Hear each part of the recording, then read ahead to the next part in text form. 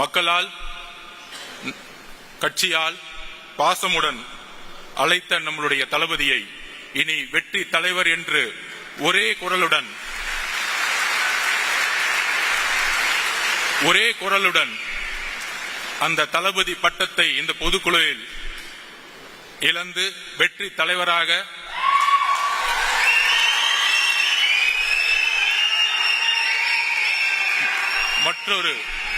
மற்றொரு தீர்மானமாக உங்கள் முன் நான் சமைக்கிறேன். ஆம் என்பவர்கள் கையை தூக்கலாம். ஆம். என்னுடைய தலைவர் அவர்களுக்கும் என்னுடைய அண்ணன் என்று சொல்லக்கூடிய விஜய் அண்ணா அவர்களுக்கும் என்னுடைய வணக்கம்.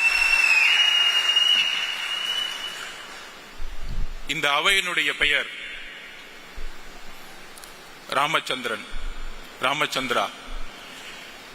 1972 எந்த தீய சக்தியை எதிர்த்து, எந்த ஊழலை எதிர்த்து,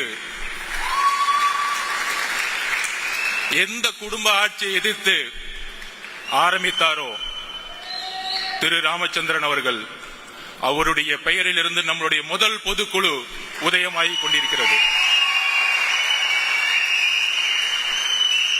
என்ன ஒரு வரலாறு, என்ன ஒரு வரலாற்று இணைப்பு.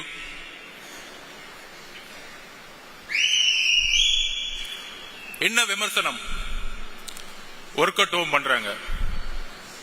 கட்சியுடைய உட்கட்டமைப்பு எந்த அளவிற்கு இந்த 2 மாதங்களில் தலைவர் அவர்களுடைய மேற்பார்வையில், இங்க இருக்கக்கூடிய எல்லாருடைய மாநில நிர்வாகிகளுடைய பார்வையில்